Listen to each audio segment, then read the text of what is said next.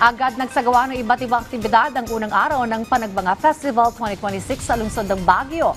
Isa sa tampok rito ang maagang parada na naging makulay, maingay at masigla. Yan ang report ni Christine Sabaway ng PTV Baguio.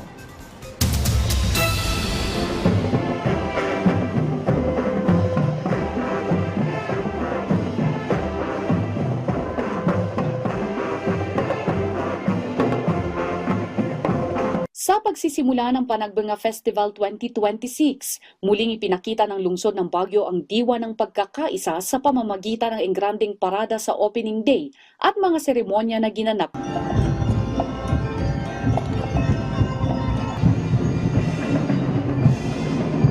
Naging makulay, maingay at masigla ang pagsisimula ng parada.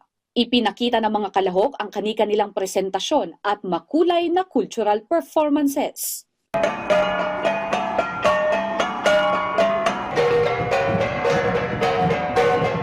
Si Jane na isang turista mula Isabela, namangha sa napanood niya sa parada. Hindi ito ang unang beses na nasaksihan niya ang Panagbanga. Lagi niya itong sinusubaybayan ng personal. Ay, magandang performance nila. Magandang performance nila. Nagsimula ang parada sa Upper Session Road na pinangunahan ni Vice Mayor Faustino Olowan, kasama ang iba pang opisyal ng lungsod at ang Baguio Flower Festival Foundation Incorporated. 6 na paaralan ang lumahok sa Drum and Lyre Dance Competition, habang 13 grupo naman ang kasali sa cultural performances. Mayroon ding ilang grupo na naghandog ng special performances. Nagtipo ng mga kalahok sa Melvin Jones Grandstand, kung saan ipinakita ang kani-kanilang mga pagtatanghal. Formal ding binuksan ngayong araw ang Panagbanga Scapes, a garden exhibit na kung saan tampok dito ang iba't ibang landscaping. Ayon kay Vice Mayor Faustino Olowan na nagsisilbing acting mayor ng lungsod, matagumpay ang unang araw ng pagdiriwang ng selebrasyon. Our theme, Blooming Without End, is a statement of who we are. Resilient, creative, disciplined, and committed to shared stewardship. Panagbanga has always been more than flowers. It is a living expression of Baguio's identity.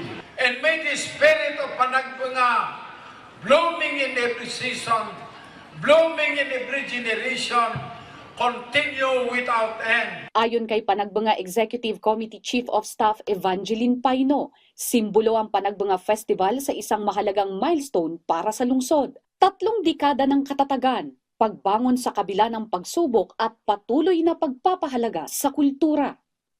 Bloom responsibly, mahalin natin ang syudad, continue nating i-celebrate na nakabangon tayo mula sa earthquake at sa mga challenges sa ating syudad.